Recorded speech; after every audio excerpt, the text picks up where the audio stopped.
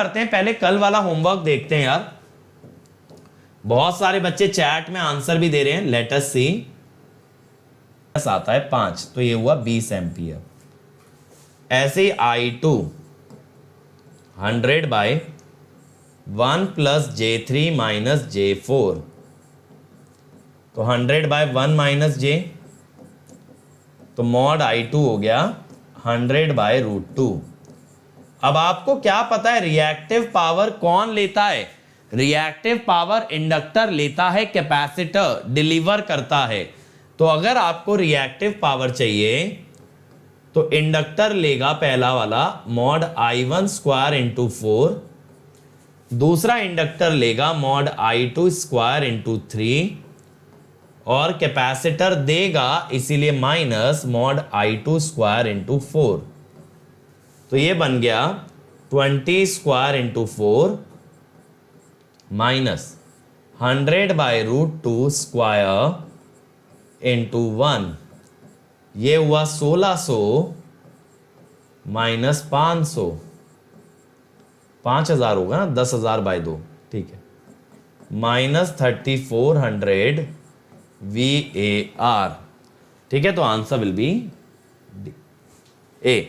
तो एक्चुअली यहां डिलीवर होगी, एब्जॉर्ब नहीं होगी। माइनस का क्या मतलब है?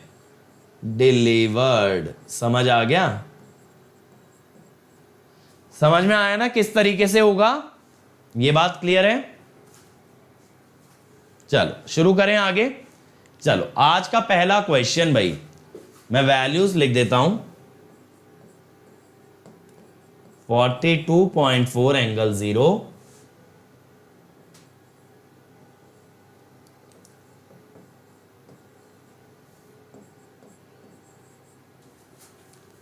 Obtain the complex power and the power factor. निकालो। अभिनव अगर Q नेगेटिव है तो लीडिंग हुआ ना, कल ही तो हमने बोला था for leading power factor Q is negative, for lagging power factor Q is positive. या ऐसा कह दो नेगेटिव Q का मतलब है कैपेसिटर डोमिनेट कर रहा है, और कैपेसिटर के केस में पावर फैक्टर क्या होता है? लीडिंग। चलो भाई come on everybody, obtain the complex power and power factor information for the parallel circuit shown in the figure। और ये माइनस J3 आएगा, एक्चुअली कैपेसिटर है ना, तो माइनस J3, प्लस मत लेना। चलो चलो चलो भाई, मजा आ रहा है ना भाई नेटवर्क तैयार करने में। एसी एनालिसिस अब आप काफी हद तक सीख चुके हो, छोटी छोटी चीजें बची हैं। मे बी एसी एनालिसिस में अभी हमें, अगर मैं रेजोनेंस, लोकस डायग्राम, फिल्टर, ये सारी चीजें इंक्लूड करके चलूं तो मे बी बाय 62 या ये कह लो 65 लेक्चर से पहले पहले हमारा एसी निपट जाएगा। फिर छोटे छोटे टॉपिक बचेंगे, जैसे कि 2 पोर्ट नेटवर्क है, जैसे कपल्ड सर्किट है, 3 फेज सर्किट है, ग्राफ थ्योरी है, फिर ये सब बचेगा। और ये तो कम कम लेक्चर्स में निपट जाएंगे, काफी कम कम लेक्चर लगेंगे। और देखो आज रात को 9:30 बजे AMA सेशन ले रहा हूं फिर से स्पेशल में। मैंने आप लोगों को प्रॉमिस किया था हर सैटरडे रात 9:30 बजे लगाएंगे, तो 9:30 बजे AMA सेशन होगा, उसमें आ जाना। जितनी भी आप लोगों की क्वेरीज हैं related to preparation, motivation, guidance, strategy, सब आंसर करेंगे। राज यार बस एजुकेटर का फर्क है और पढ़ाने के तरीके का फर्क है। जैसे मैं नोट्स बनवा रहा हूं, है ना, वहां पे आपको नोट्स प्रोवाइड किए जा रहे हैं, बाकी तो कुछ नहीं। जो जिसको जो एजुकेटर अच्छा लगे उससे पढ़ सकता है। चलो भाई बताओ क्या आ रहा है आंसर, इतना टाइम थोड़ी लगता है।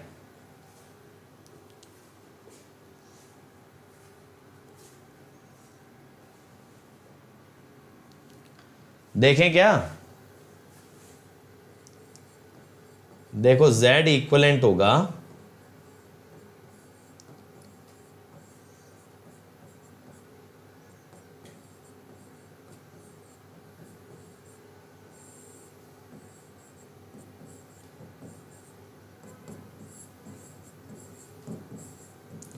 मैंने कल आपको बताया था ना Z से पावर फैक्टर कैसे निकालते हैं, है ना।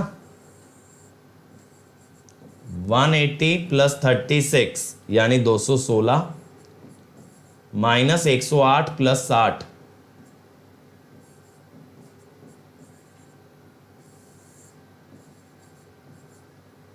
ठीक है, 6 पे जाएगा ना, 6 पे जाएगा तो 36 ये आ गया। ठीक, अब भाई करंट आपको दे रखा है, कॉम्प्लेक्स पावर आपसे पूछी है, तो देखना मेरी बात को ध्यान से। V क्या होगा, I Z। अब आपके पास कॉम्प्लेक्स पावर होती है V I conjugate I Z। अब I इंटू I कॉन्जुगेट क्या होता है, ये तो कॉम्प्लेक्स नंबर का बेसिक रूल है, मॉड I स्क्वायर Z। 42.4 का स्क्वायर बाय 15, 36 माइनस J8, ठीक है। अब ये कितना आ जाएगा भाई, देख लेते हैं।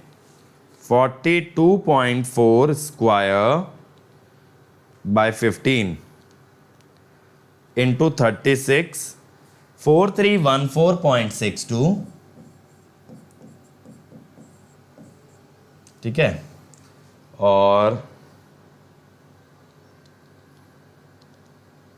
Minus J 958.8।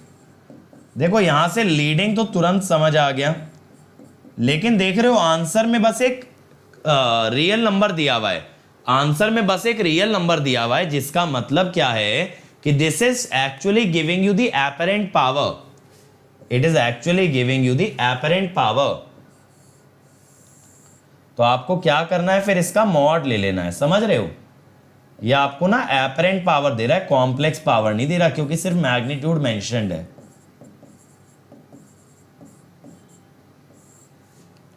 तो ये क्या आएगा देखो जरा,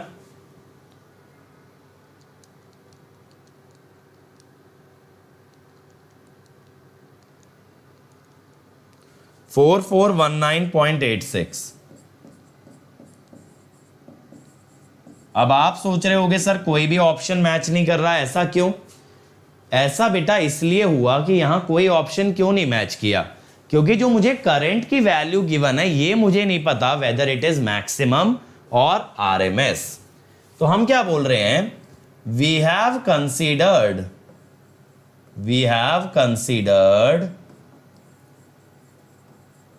गिवन वैल्यू एज आरएमएस। वैसे तो देखो एग्जाम के अंदर ऐसा ही करना, गिवन वैल्यू आरएमएस ही लेना, बट नो ऑप्शन मैचेस।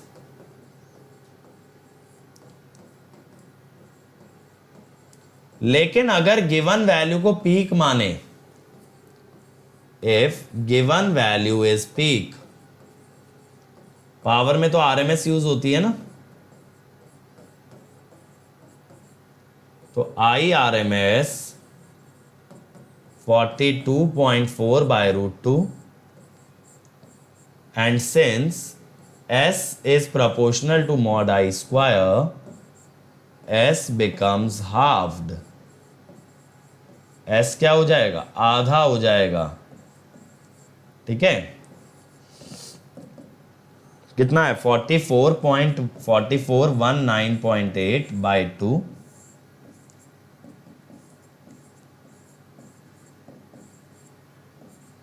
ये हो गया। अब पावर फैक्टर तो भाई सिंपल है, P/S, ठीक है, पावर फैक्टर तो P/S होगा। P कितना आया था 4314.62। आप चाहे तो ना इसको भी 2 से डिवाइड कर लो, क्योंकि पावर I स्क्वायर के प्रोपोर्शनल है।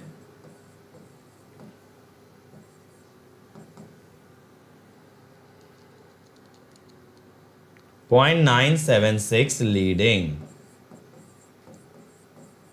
भाई मुझे ये समझ नहीं आ रहा, ये तो मैंने कल ही लिखवाया था। लीडिंग कब होता है, जब रिएक्टिव पावर नेगेटिव है तो लीडिंग आएगा। ये तो मैंने कल लिखवाया था ना, क्यों भाई बताओ? कल मैंने ये डिराइव नहीं कराया था, लीडिंग में रिएक्टिव पावर नेगेटिव आती है और लैगिंग में पॉजिटिव आती है, तो रिएक्टिव पावर नेगेटिव आई माने लीडिंग है। अगला देखो find the complex power supplied by the source and also the complex power absorb by line and the load. बताओ भाई, चलो जल्दी से बनाओ इसको भी। इसीलिए पता है मैं स्पेशली आज का ये प्रॉब्लम सेशन ले रहा हूं ताकि आप लोगों को ना क्लैरिटी मिल पाए। बहुत सारे बच्चे जाने क्या क्या सोचे बैठे होंगे पावर के बारे में कि कंसेप्चुअली तो पढ़ लिया लेकिन न्यूमेरिकली बहुत सारे मिसकंसेप्शन होंगे। लेकिन कंसेप्ट का फायदा तब है जब न्यूमेरिकल भी बने। अब आप लोग नॉलेज लेवल पे इतने तगड़े हो चुके हो कि जब बड़े सब्जेक्ट्स के अंदर ये रियल रिएक्टिव पावर आएगा तो आप उड़ा दोगे, है ना। लेकिन साथ साथ कैलकुलेशन भी तो आना चाहिए। अगर कैलकुलेट नहीं कर पाए तो एग्जाम कैसे निकलेगा। चलो बनाओ भाई इसको।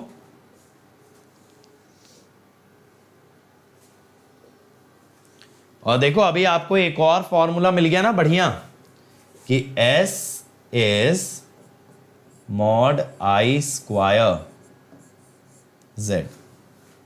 ये मैंने अभी अभी डिराइव कराया है। चलो बनाओ इसको। Come on everybody.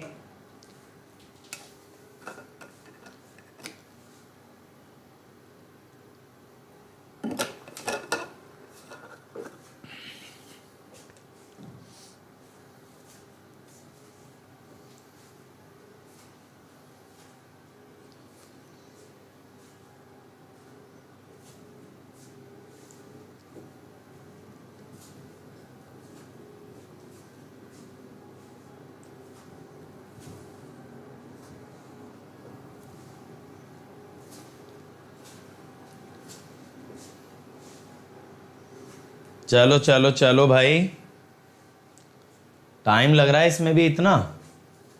और अब देखो यहां भी गिवन नहीं है मैक्सिमम है या आरएमएस, तो आरएमएस ही मान लेना। ठीक है, जब स्पेसिफाइड ना हो ना मैक्सिमम या आरएमएस है तो आरएमएस ही मान के चलो, कोई दिक्कत नहीं है। देखो सबसे पहले तो मैं क्या कोशिश करूंगा ना, यहां Z इक्विवेलेंट निकाल लेता हूं यार। क्या होगा 4 + J2 + 15 - J10 सीरीज में है ना। अब यहां से मॉड I निकालो, that is mod V bye mod Z। कितना है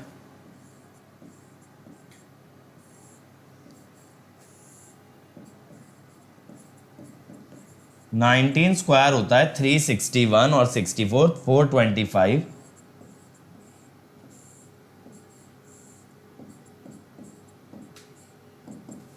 ठीक है 220 बाय 425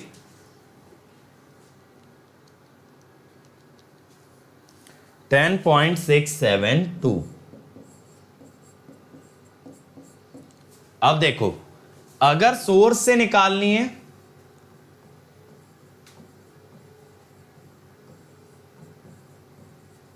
सोर्स से ऐसे निकाल दो 220।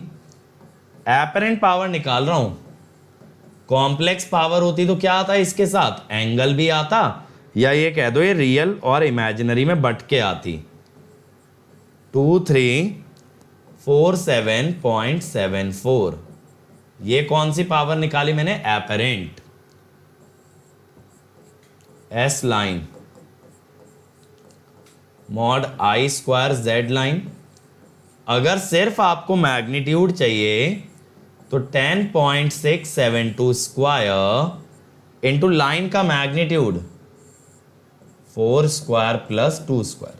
अगर विद एंगल चाहिए तो Z को एज अ कॉम्प्लेक्स नंबर डाल दो। ठीक है, और अगर आपको सिर्फ मैग्नीट्यूड चाहिए तो आप Z का मॉड डाल दो, VA। S load mod I square Z load.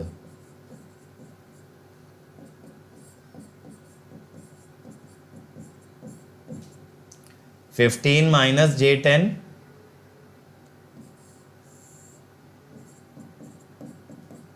325 2053.2। ठीक है, ये आ गया। अब देखो बेटा एक चीज हमेशा ध्यान देना, कभी भी ना ऐसा मत करना कि एपरेंट पावर्स को आप डायरेक्टली जोड़ लो। ऐसा मत बोलना कि सर लाइन और लोड का सम इसके बराबर क्यों नहीं आ रहा, ऐसा कभी मत कहना। Apparent powers can never be added to each other but complex power can be added. यानी P प्लस जे क्यू की फॉर्म में या R एंगल थीटा की फॉर्म में अगर पावर लिखी है तब आप उसको एज कॉम्प्लेक्स नंबर ऐड करो, उसके मैग्नीट्यूड को डायरेक्ट ऐड नहीं कर सकते। यानी अगर आपको Z1 प्लस Z2 करना है तो आप mod Z1 plus mod Z2 थोड़ी करोगे, आप Z1 प्लस Z2 करके फिर मॉड लोगे। तो वही चीज मैं आपको यहां पे समझाना चाह रहा हूं कि ऐसा मत कर देना कि दोनों के मैग्नीट्यूड जोड़ दो, नहीं, आपको दोनों को विद एंगल कंबाइन करना पड़ेगा, ये बात का ध्यान देंगे, ठीक है। तो ये वाला पॉइंट लिख लेना, ये वाला पॉइंट नोट डाउन कर लेना। apparent powers can never be directly added or subtracted. Apparent powers can never be directly added or subtracted, but complex power can be. But complex power can be. ठीक है, चलो अगला। Consider the following network, determine the total reactive power delivered by the source. Total reactive power delivered by the source.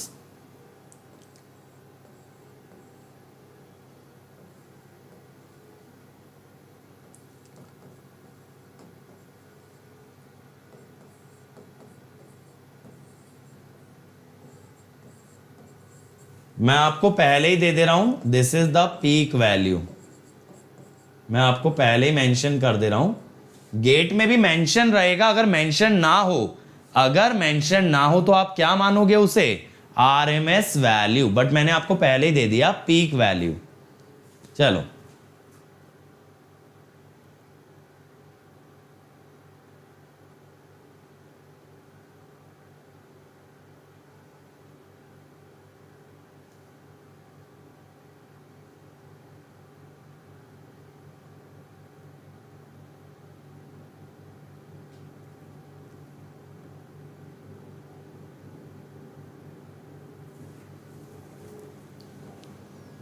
बताओ भाई, determine the total reactive power delivered by the source.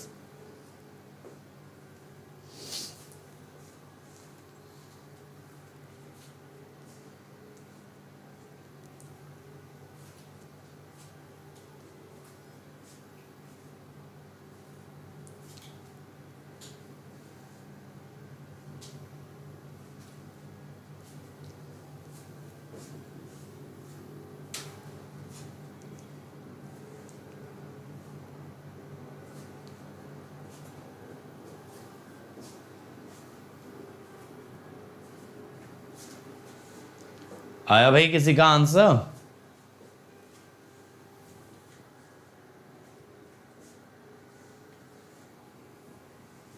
वृष्टि कह रही है बी, नमन कह रहे हैं बी। चलो देखें, देखो पहले मैं इसका Z इक्विवेलेंट निकालूंगा, 6 प्लस J 12.5, ठीक है, प्लस 20 पैरेलल माइनस J10,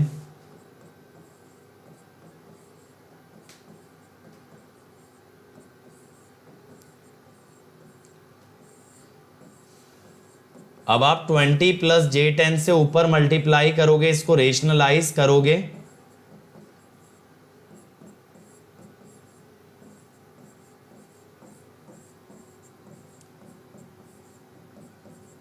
नीचे बनेगा 500.4, तो -8 और 4, 6 प्लस J 12.5,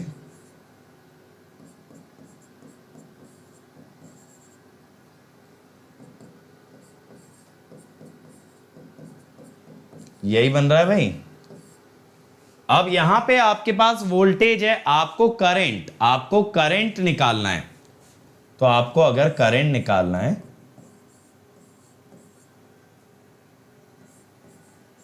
आरएमएस निकालो ना करंट का, बाय 10 प्लस J 4.5। ठीक है, अगर मॉड चाहिए तो इसका मॉड ले लो। क्या हुआ, लास्ट क्वेश्चन में रिएक्टिव पावर कैसे निकालेंगे बेटा, मॉड आई स्क्वायर। अभी जैसे इसमें निकाल रहा हूं ना वैसे ही निकालना, रुको थोड़ा सा रुक जाओ, समझ आ जाएगा।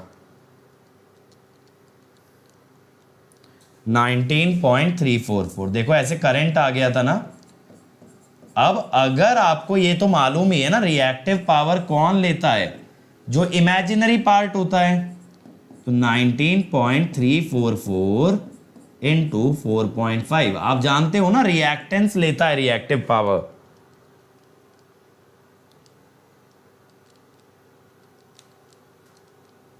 One six three eight point 1683.85। कुछ गड़बड़ हुई है क्या यहां पे?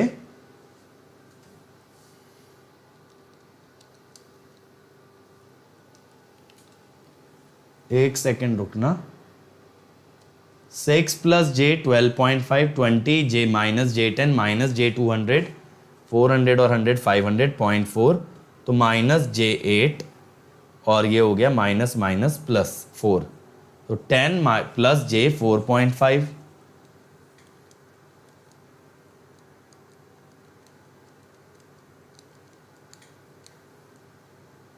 $19.344। मेरा तो ये आ रहा है यार 1684, 1684 आ रहा है ना, आरएमएस ही दिया है। चलो अब जाने दो, जो भी आ रहा है ये हम मान के चलते हैं आंसर, क्योंकि आरएमएस और पीक आपको स्पेसिफाइड दिया होना चाहिए। अच्छा चलो ऐसे कर लो, if 300 volt is RMS then IRMS is 300 by root 10 square plus 4.5 square, और reactive power is IRMS square into X। तो ये कितना हो जाएगा?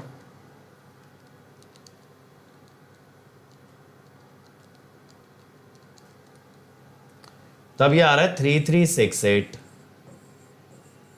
तब भी तो कोई ऑप्शन मैच नहीं कर रहा। 3368 आ रहा है ना, देखो 3368 भी कहां मैच कर रहा है एग्जैक्टली। अब समझ आया कैसे करना है?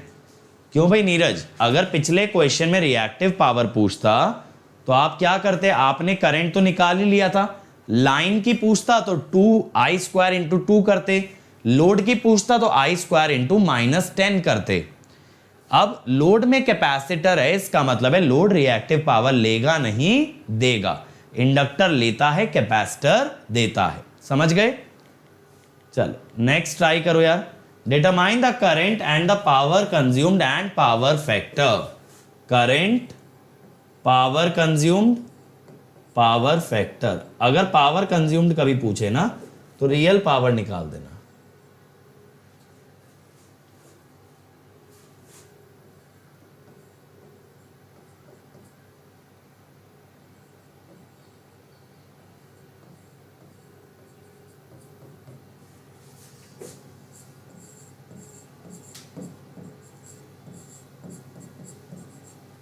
चलो बनाओ।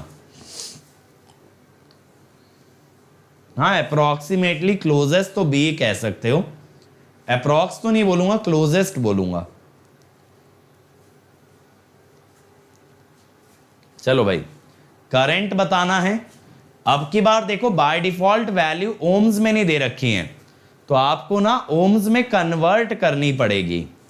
अगर आप यहां पे चाहते हो करंट निकालना तो first you will have to convert all these values in ohms.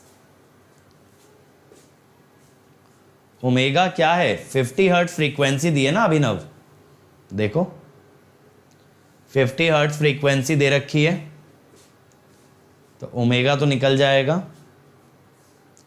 ये वाला क्वेश्चन थोड़ा सा कैलकुलेटिव होगा। ओमेगा आपका 2πf हो जाएगा ना,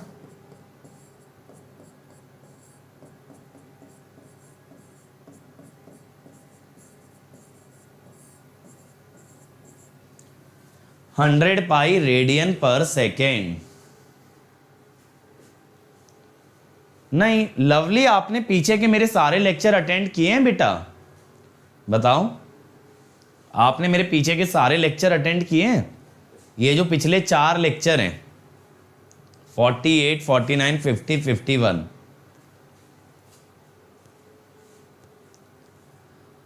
करो भाई जल्दी जल्दी।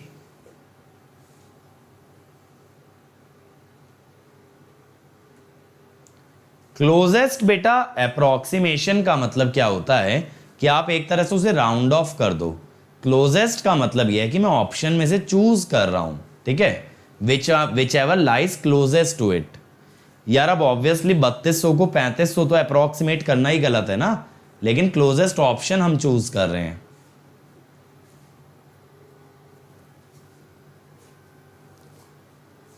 आया भाई? देखो इसका रिएक्टेंस कितना आएगा, ओमेगा एल, रिएक्टेंस लिख रहा हूं, इंपिडेंस नहीं, पाई, ठीक है। इसका भी आएगा ओमेगा एल 2 पाई, इसका आएगा 1/ओमेगा सी 100 पाई और 200 तो 20,000, 10 की पावर -6 तो 10 की पावर -6 150, यही बन रहा है 50/पाई। बताओ यही बन रहा है ना 50/पाई 100, तो 2 × 10 की पावर 4 हो गया, 10 की पावर -6 था वो ऊपर गया 100 बना, ठीक है। अब इसके अंदर अगर मैं Z इक्विवेलेंट निकालूं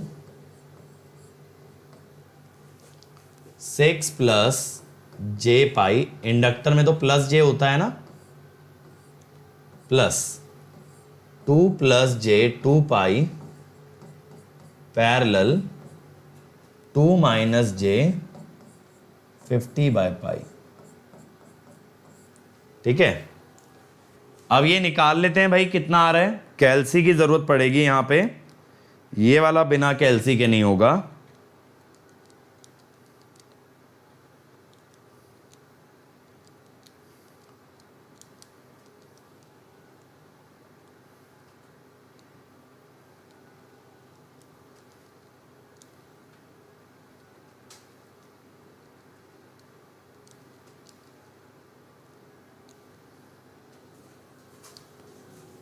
हैं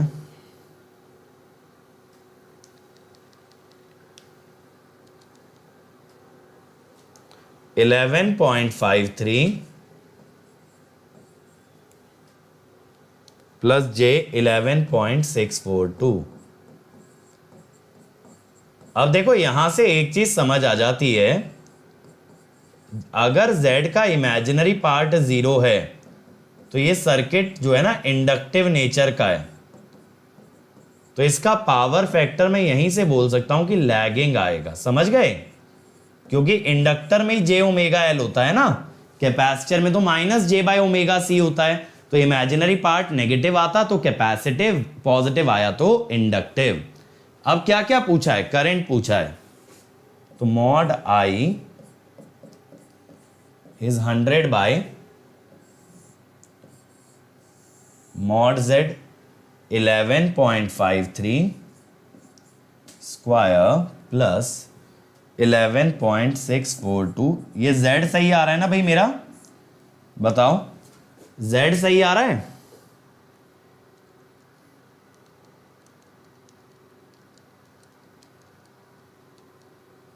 $6.103, ये तो आया करंट। अब क्या पूछा है? Power consumed. रियल पावर कैसे निकालते हो? Mod I² into real part, या फिर ये कह दो रेजिस्टेंस।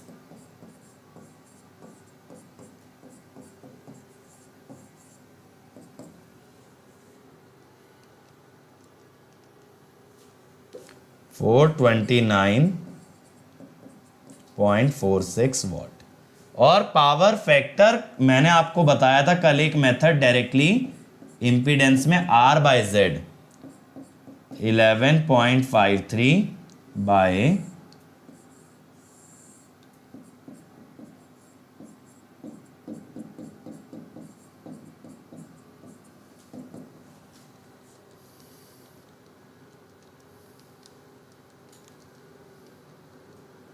0.703 लाख।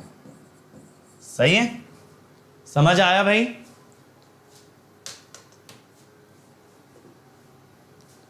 बिल्कुल बिल्कुल अभिनव, एकदम सही कह रहे हो। क्योंकि अगर देखो स्विच लगा है तो ट्रांजिएंट वाला कॉन्सेप्ट लगाओगे, स्विच नहीं लगा है तो इंडक्टर को शॉर्ट करके ही सॉल्व करोगे for the case of DC. Very well done Alok, बहुत ही बढ़िया बेटा, अगर कॉन्फिडेंस आ रहा है। चलो अगला देखो, आ 230 वोल्ट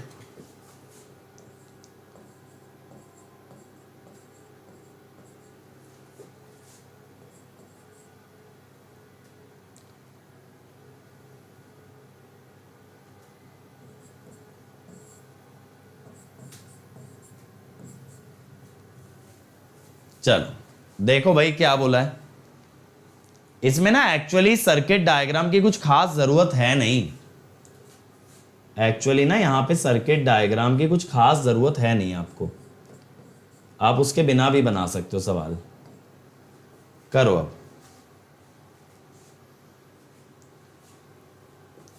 शशांक वैल्यूज फिर बेटा वैसी दी होंगी ना जो कि आपकी वर्चुअल कैलसी से भी बन जाए, और कुछ एक कैलकुलेशन तो देखो लंबी हो सकती है गेट के अंदर भी। अब वही तो आपका वहां पे दिमाग चलाना होता है कि कौन सा क्वेश्चन ऐसा है जो इमीडिएटली सॉल्व करना चाहिए और कौन सा क्वेश्चन ऐसा है जो सेकंड अटेम्प्ट में सॉल्व करना चाहिए। बिल्कुल अभिनव, सही बात है एकदम। अगर डीसी सप्लाई के साथ कैपेसिटर लगा होगा तो कैपेसिटर को ओपन सर्किट की तरह ट्रीट किया जाएगा।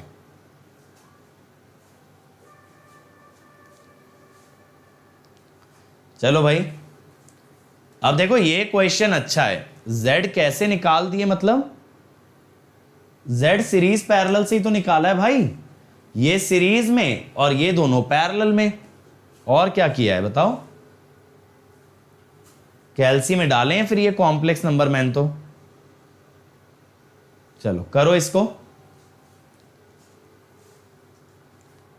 अब की बार ना सीधे पावर्स दे रखी हैं। अब हमेशा ये ध्यान रखना, whether the loads are connected, whether the loads are connected in series or in parallel, their complex powers are added. their मतलब दोनों लोड कितनी कितनी पावर ले रहे हैं तो सिस्टम तो उनका सम ही दे रहा होगा ना। सिस्टम को तो टोटल देनी पड़ेगी। दोनों लोड मिला के जितना भी ले रहे हैं system has to supply the total. देखें भाई क्या होगा। हाँ, L equal to omega XL equal to omega into L होगा ना नीरज। चलो देखा जाए। अब देखो पहला लोड है 10 kilowatt at 0.8 leading power factor. Load 1 है, पावर 10 है, कॉस फाई है 0.8 लीडिंग। अब पावर होती है यार S कॉस फाई, ठीक है। तो it implies S1 is P1 by cos phi 1, 12.5, ठीक है। अब अगर आपको इसे एज अ कॉम्प्लेक्स नंबर लिखना है, मैंने बताया था ना ये एंगल। अब आप कहोगे सर एंगल पॉजिटिव कैसे? एंगल पॉजिटिव का लॉजिक भी मैंने कल आपको बताया था कि जब कभी लैगिंग पावर फैक्टर होता है तो पावर का एंगल पॉजिटिव होता है, क्योंकि reactive power is greater than 0 for, ये लीड था या लैग था? ये लीड था, सॉरी ये लीड था, इसीलिए एंगल नेगेटिव।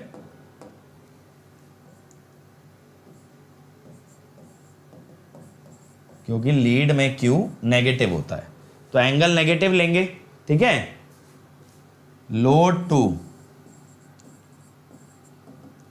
अब यहां पे क्या है भाई, 10 kVA एट 0.8 लैगिंग।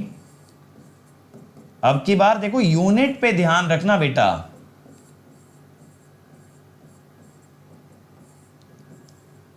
ठीक है। अब की बार लैगिंग है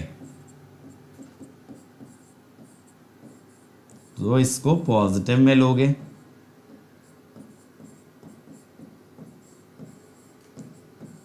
अब आप इनको ऐड कर सकते हो, ध्यान रखना एस डायरेक्टली ऐड नहीं होते, वो एस कॉम्प्लेक्स नंबर्स ऐड होते हैं। यानी 12.5 एंगल माइनस 36.86 प्लस 10 एंगल। अब देखो मैं इसको तोड़ देता हूं रियल और इमेजिनरी में। 10 माइनस इसका साइन होगा 0.6, 7.5 प्लस 8 प्लस J6। देखो मुझे कॉस और साइन याद है, इस एंगल के मैंने लिखवाए भी थे लास्ट लेक्चर में। तो ये हुआ 18 माइनस J1.5। अब पूछा क्या है, कॉम्प्लेक्स पावर, ये आ गई 18 माइनस J1.5, ठीक है। कॉम्प्लेक्स पावर आ गई 18 माइनस J1.5। समझ में आया कैसे किया है मैंने, समझ में आया। और यहां से एक्चुअली आप लोगों की शुरुआत होती है कोर सब्जेक्ट्स की। वहां पे ना पावर के साथ ऐसे डील किया जाता है। कोर सब्जेक्ट्स के अंदर कहीं कोई इंपिडेंस के बारे में खासा बात होती नहीं है। बिल्कुल, Q ग्रेटर देन 0 का मतलब that the load absorbs reactive power.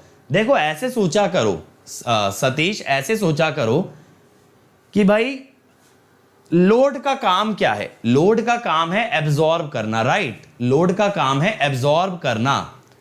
तो लोड जो है, लोड का अगर रिएक्टिव पावर पॉजिटिव आया तो यानी वो अपना काम सही कर रहा है ना, एब्जॉर्ब ही कर रहा है। लेकिन लोड का काम है एब्जॉर्ब करना। अब अगर आंसर नेगेटिव आया माने कि वो डिलीवर कर रहा है, माने कि वो डिलीवर कर रहा है। यानी एक एजम्पशन होती है, जैसे सोर्स है, सोर्स का काम है डिलीवर करना। अब आंसर पॉजिटिव आया तो डिलीवर, नेगेटिव आया तो एब्जॉर्ब। लोड का काम है एब्जॉर्ब करना, आंसर पॉजिटिव आया तो एब्जॉर्ब, नेगेटिव आया तो डिलीवर। और ये मैंने नेटवर्क के शुरुआत में भी बताया था कि करंट और वोल्टेज को देख के एक हाइपोथेसिस बनाया जाता है कि पावर एब्जॉर्ब हो रही है या डिलीवर हो रही है, ठीक है। पावर एब्जॉर्ब हो रही है या फिर डिलीवर हो रही है, ऐसा एक हाइपोथेसिस बनाते हैं। आंसर पॉजिटिव आता है तो हाइपोथेसिस करेक्ट है, और आंसर नेगेटिव आता है तो हाइपोथेसिस इनकरेक्ट है। अगला क्वेश्चन यार,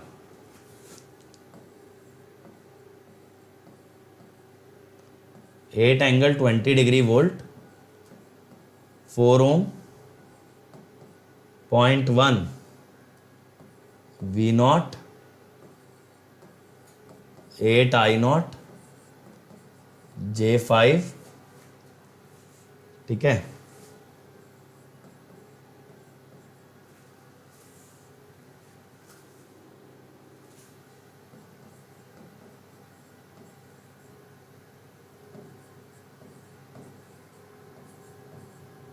ये सर्किट है, ठीक है।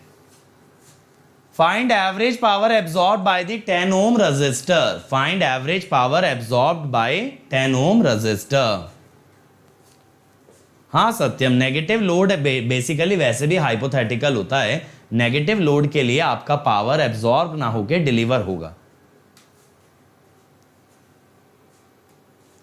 अभिनव याद करो बेटा, अगर वोल्टेज कांस्टेंट लगा दी इंडक्टर के अक्रॉस तो उसका करंट लीनियर बन जाएगा। सिंपल है, V equal to L D I by D T. अगर आपने कांस्टेंट वोल्टेज लगा दी या कोई भी वोल्टेज लगा दी तो V equal to L D I by D T से सॉल्व कर लो ना। चलो भाई, सत्यम कह रहे हैं कि सर ऑनलाइन स्टडी से नोट्स कैसे बनाऊं, 3 टाइम्स टाइम लग रहा है। देखो यार, अगर ऑनलाइन लेक्चर के साथ नोट्स बनाने या तो फिर वो लेक्चर प्लैनेट गेट जैसे हों जहां पे कि हम साथ साथ नोट्स लिखवाते चलते हैं, तो लेक्चर के साथ ही आपके नोट्स भी प्रिपेयर हो जाएंगे। या हद से हद लेक्चर के बाद आधा घंटा लगेगा, इससे ज़्यादा टाइम तो लगेगा नहीं। वरना अगर जैसे क्रिएट्रिक्स पे जो मेथड है वहाँ हमारा ऑब्जेक्टिव ये होता है कि आप लोग नोट्स बनाए ना, आपको हम PDF प्रोवाइड कर रहे हैं। हाइपोथेटिकल माने बेटा सतीश जिसका मतलब होता है we have assumed it, we have just assumed it, बाकी उसका हाइपोथेसिस फिर हमें टेस्ट करना है कि हमारा एजम्पशन सही है या नहीं। हाइपोथेसिस माने एक तरह से एजम्पशन।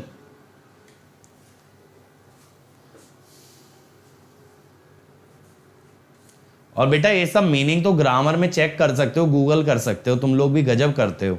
अब मुझसे इंग्लिश वर्ड्स के मीनिंग तुम पूछ रहे हो।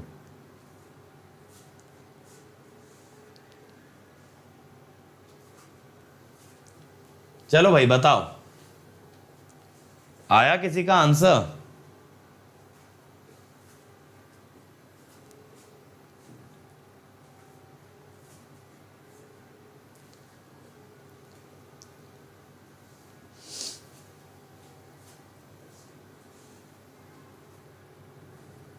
तीन 300 पेज की कॉपी भर गई है, फिर तो तुम्हारा फॉन्ट साइज काफी बड़ा लिखते होगे यार।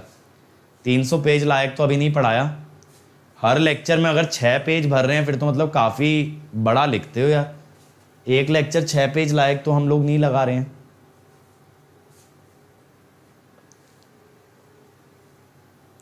बिल्कुल सत्यम, जो भी एम्पलीफायर तो नहीं मैं बोलूंगा, एक्चुअली नेगेटिव रेजिस्टेंस जो आता है ना that is used in oscillators. Oscillators की तरह वो सर्किट बिहेव कर सकते हैं जहां कहीं नेगेटिव रेजिस्टेंस आता है। चल जल्दी से बनाओ। और सत्यम आज इधर कैसे भटक रहे हो बेटा? आज से शंकर सर का नेटवर्क स्टार्ट तो हो गया वापस से? आप इतने टाइम से कह रहे थे कब स्टार्ट होगा। आज 6:30 बजे से सर का नेटवर्क स्टार्ट हो गया हर सैटरडे संडे 6:30 to 8।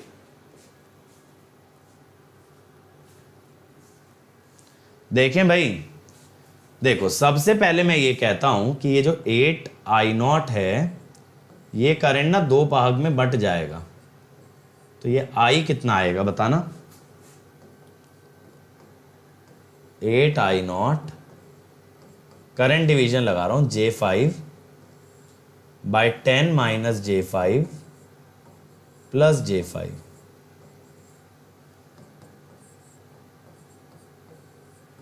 चलो ये आ गया, ठीक है। अब V0 की पोलैरिटी कायदे से उल्टी होनी चाहिए करंट के अनुसार। V0 is -10I।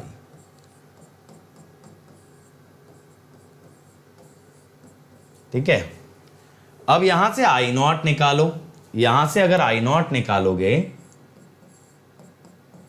8 angle 20 minus 0.1 V0 bye 4। अगर I0 को यहां पे डाला जाए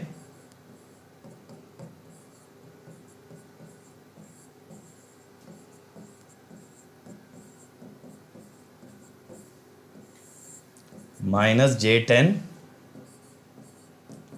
40 एंगल ना, ये 40 को काट लो 4 से, ये 10 बनेगा और माइनस J का एंगल हुआ -90।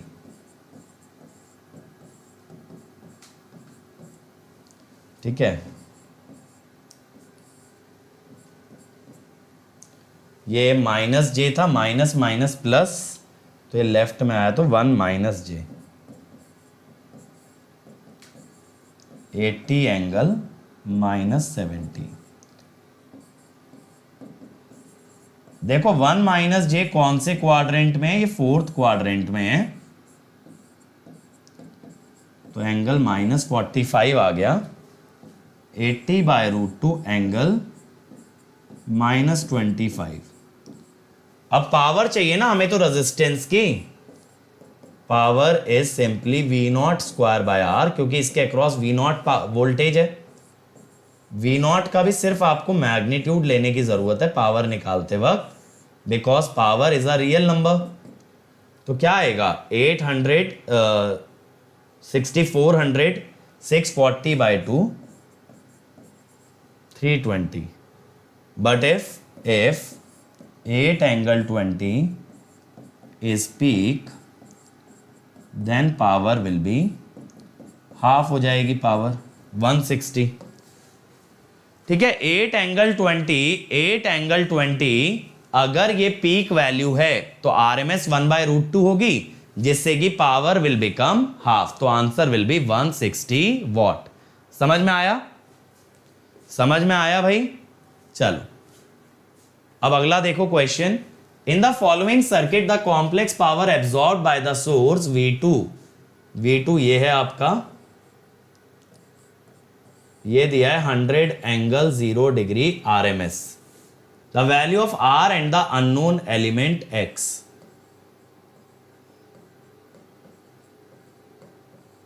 ये है V1, ये भी RMS है 50√2 एंगल -45। बनाओ अब इसको।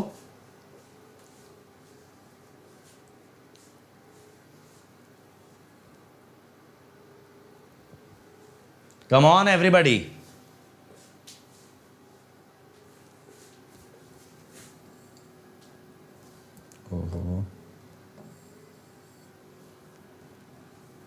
Complex power absorb by source V2, ये कितनी पावर एब्सॉर्ब कर रहा है? That is J1000। Harmonic source वाले भी न्यूमेरिकल करा दीजिए विवेक। यार वो सब पावर इलेक्ट्रॉनिक्स में आता है, वो सब नेटवर्क के अंदर नहीं पूछा जाता जहां हार्मोनिक्स होते हैं ना। बट फिर भी सेंस कि आप लोग डिमांड कर रहे थे तो मैंने करा दिया था। बट उसे नेटवर्क के साथ क्लब मत करो एक्चुअली, क्योंकि वहां पे ना बहुत सारी टर्म हो जाती हैं, fundamental displacement factor, input power factor, ये सब हार्मोनिक्स वाला टॉपिक पूरा पावर इलेक्ट्रॉनिक्स के अंदर लाई करता है। ठीक है, और उसके अंदर कुछ अलग क्वेश्चन नहीं बनता। मैंने 2 फॉर्मूले लिखा है, बस फॉर्मूला ही तो लगाना है। रियल पावर के लिए क्या करना है? दोनों में सेम फ्रीक्वेंसी वाला टर्म ऑब्जर्व करना है। 0 + J1000 है भाई। HAL प्रैक्टिस सेशन कौन से वाला, किस प्लेटफॉर्म पे सतीश? स्पेशल में कह रहे हो, यूट्यूब पे कह रहे हो? क्योंकि यूट्यूब पे तो अभी एक चल रहा है विद्युत 2.0, और जो हम लोग लगा रहे थे वो मैं लगाऊंगा मास्टर ब्लास्टर सीरीज वाले सेशन से अदर डेज पे। अभी मेरी 3 दिन मास्टर ब्लास्टर सीरीज में क्लास लगी हुई है ना, तो फिर हम उसके बाद फिर लगा देंगे। EMT कराऊंगा अब। चलो आया भाई किसी का आंसर?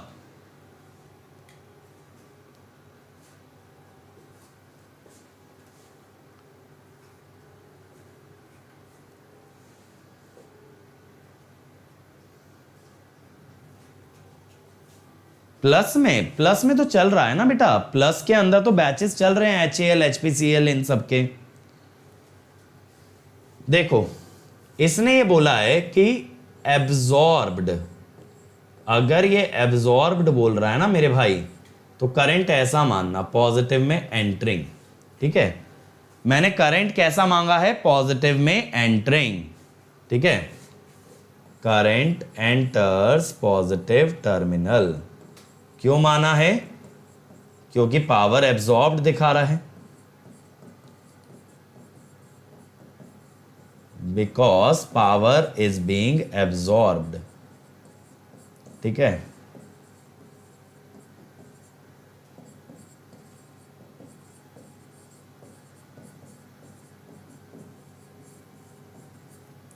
सही है।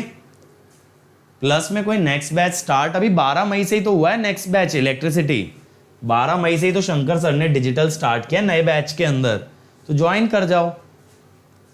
अब देखो मैं क्या कहता हूं, 100 एंगल 0 इंटू I कॉन्जुगेट, सही है ना? VI कॉन्जुगेट ही तो होगी पावर, तो I कॉन्जुगेट कितना हो गया यहां से?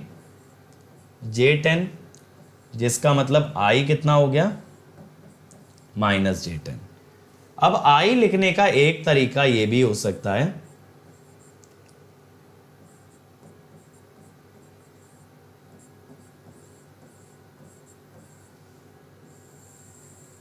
बाय Z, जो भी Z हो, यहां से अब Z निकाल लोगे। 50√2 cos 45 इज 1/√2 यानी 50, साइन -45 इज -1/√2।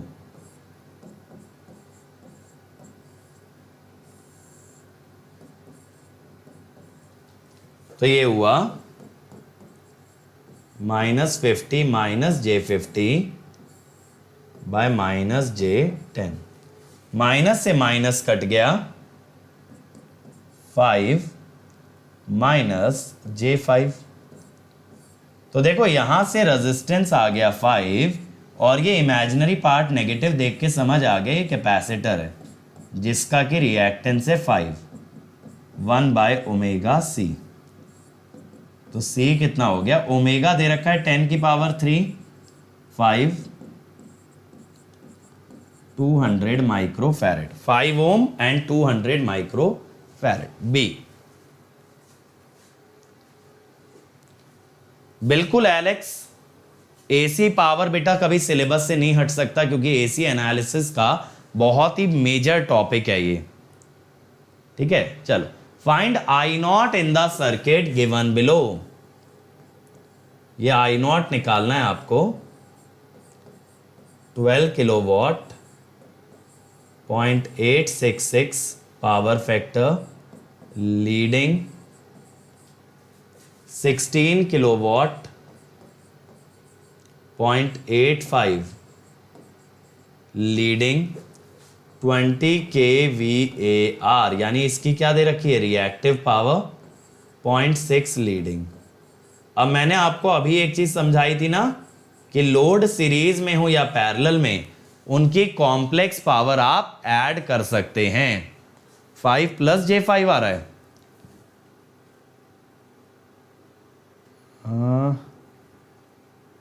नहीं मेरे भाई 5 - J5 ही आ रहा है। चलो पहले ना इनको कॉम्प्लेक्स पावर में तोड़ लो, फिर बहुत इजी हो जाएगा, फिर आप VI कॉन्जुगेट करके I निकाल सकते हो। पहले इनको सबको कॉम्प्लेक्स पावर में एक्सप्रेस कर लो, P + JQ या P - JQ अगर इंडक्टिव या कैपेसिटिव है।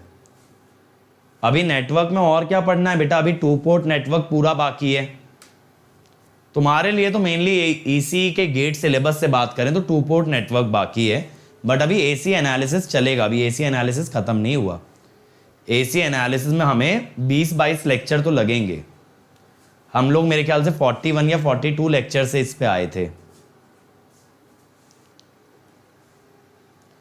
चलो भाई फटाफट लोड बाय लोड करते जाओ इसको रिजॉल्व यार। देखो लोड 1 जो है ना, इसकी पावर है 12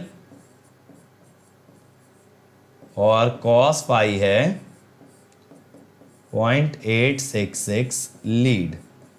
लीड आते ही मैं समझ गया कि reactive power will be negative. ठीक है, अब देखो अगर पावर ट्रायंगल से सोचा जाए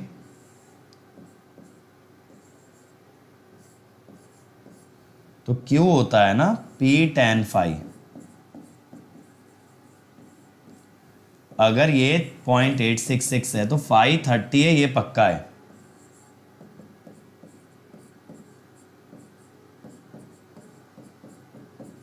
ठीक है, 12/√3, tan 30 1/√3 होता है ना।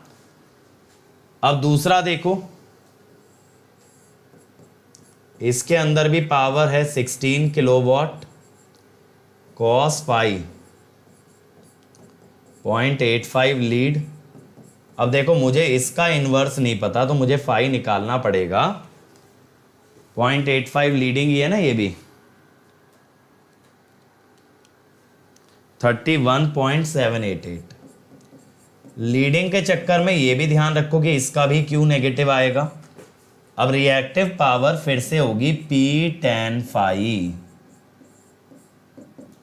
16 into tan of 31.788, 9.916 kVAR। अब इधर आ जाओ, इस वाले लोड में Q दे रखा है 20 kVAR, लीडिंग है इसीलिए Q नेगेटिव लिया जाएगा। cos फाई दिया है 0.6 जिसका मतलब है फाई है 53.13। अब P होगा Q/tan phi, tan 53.13 होता है 4/3। ये ट्राइंगल मैं बता चुका हूं 15 किलोवाट। ठीक है, अब सारे ही लोड बेटा लीडिंग है तो सबका Q नेगेटिव होगा ठीक है, सबका Q नेगेटिव होगा। तो मैं कहता हूं कि अगर S टोटल निकाला जाए तो देखो पहले लोड के अंदर कितना था भाई, ये था 12 और 12/√3। तो पहला लोड 12 माइनस जे 12/√3, दूसरा 16 और 9.916, लेकिन सब लीडिंग है तो रिएक्टिव पावर सबकी नेगेटिव चल रही है, प्लस 15 माइनस जे 20, 15 16 31 और 12 43। ठीक है,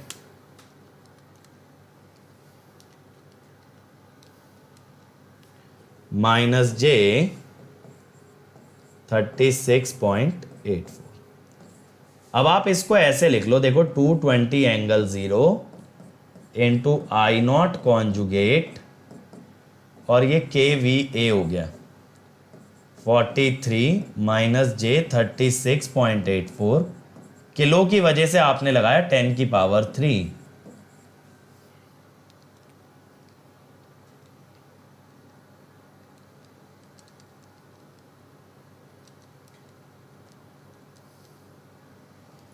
तो आई नॉट आपके पास आ गया 195.454। कॉन्जुगेट भी ले लेना भाई, आई नॉट का कॉन्जुगेट मिलेगा आपको, प्लस जे 167.45। अगर मैग्नीट्यूड चाहिए तो मॉड आई नॉट आ गया 257.37, ये बनेगा। ठीक है, बिल्कुल पढ़ लेना एलेक्स बेटा, क्योंकि ईएससी के अंदर तो सब कुछ ही आता है। ठीक है, अब देखो ये वाला क्वेश्चन भी सिमिलर है, find the overall complex power supplied. निकालो जरा, ये वाला तो मुझे लग रहा है आप सबको विजिबल होगा। तो कॉम्प्लेक्स पावर का टोटल करना है। यहां पे भी देखो अलग अलग आपको फॉर्मेट के अंदर पावर दे रखी है, कहीं पे S, कहीं पे P, तो कहीं पे P दे रखा है। करो एक बार। अब ये ICRB कौन सा एग्जाम आया,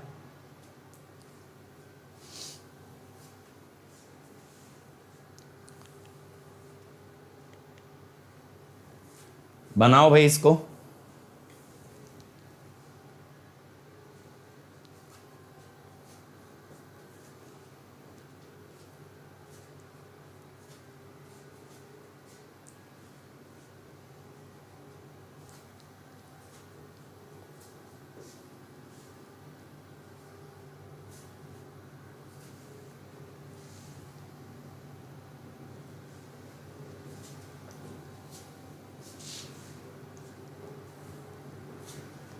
यहां पे भी हर लोड को एक्सप्रेस करते चलो।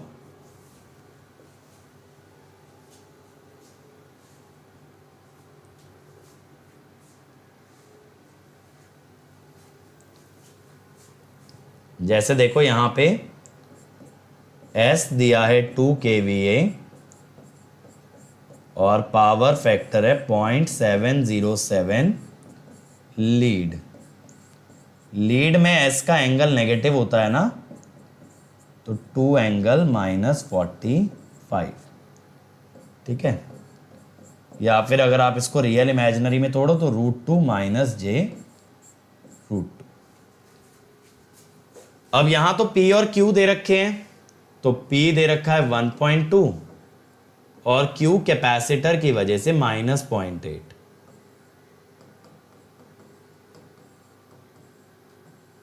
ठीक है, 2 और 0.9 लीडिंग,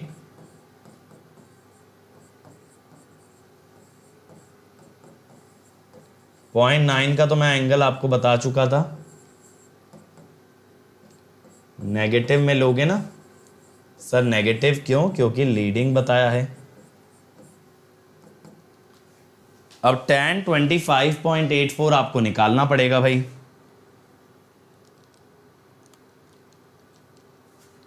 0.9685। ठीक है, तो S हो गया 2 - j 0.9685। अब टोटल एस कितना आ गया? टोटल एस में रियल सबका ऐड कर लो भाई, रियल में रियल ऐड कर लो, समझ रहे हो ना? रियल में रियल ऐड किया 4.6142, इमेजिनरी में इमेजिनरी, देखो सारे कैपेसिटिव हैं तो सारे ही सीधे सीधे नेगेटिव ही हैं, ठीक है।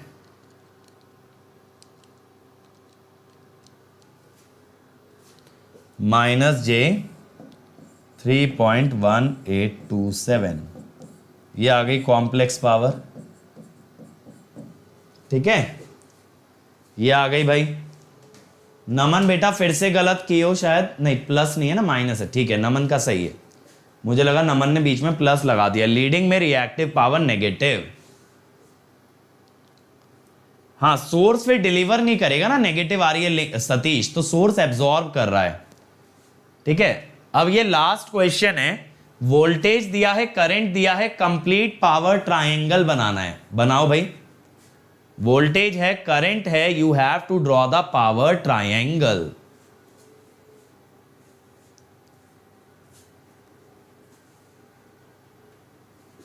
अभी एक और है, चलो यही लास्ट करेंगे हम लोग, बताओ इसको। Draw the complete power triangle, voltage है, करंट है, आपको पावर ट्रायंगल बनाना है।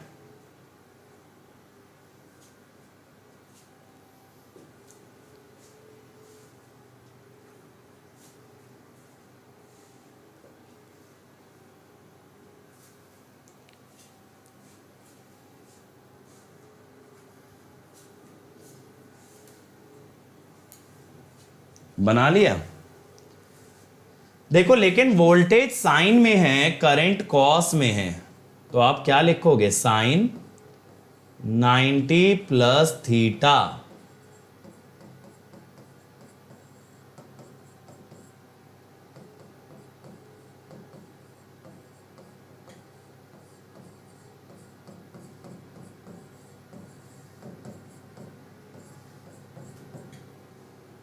अब यहां पे आपका रियल पावर कितना आएगा? VRMS into IRMS cos of voltage angle यानी -60 माइनस करंट एंगल, ठीक है, cos of voltage angle minus current angle, तो ये कितना हुआ?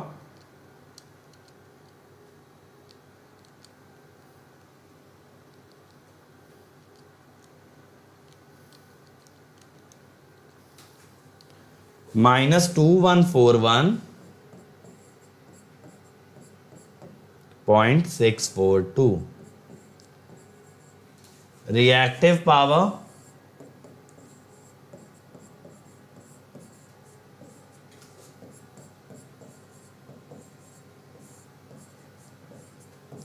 साइन ऑफ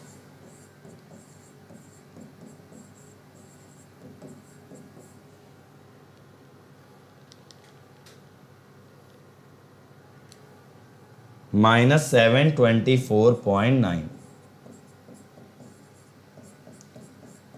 अब अगर आप एपरेंट पावर निकालोगे, that is root over P square plus Q square, complex power का मॉड होता है,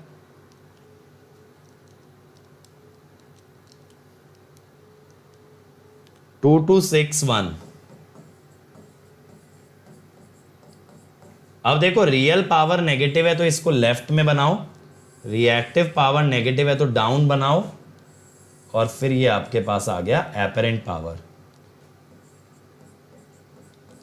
राइट में नहीं बनाया ना मैंने, लेफ्ट में बनाया रियल एक्सेस, क्योंकि नेगेटिव थी।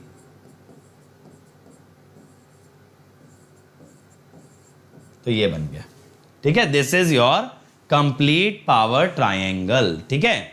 तो आज यहीं तक रखेंगे।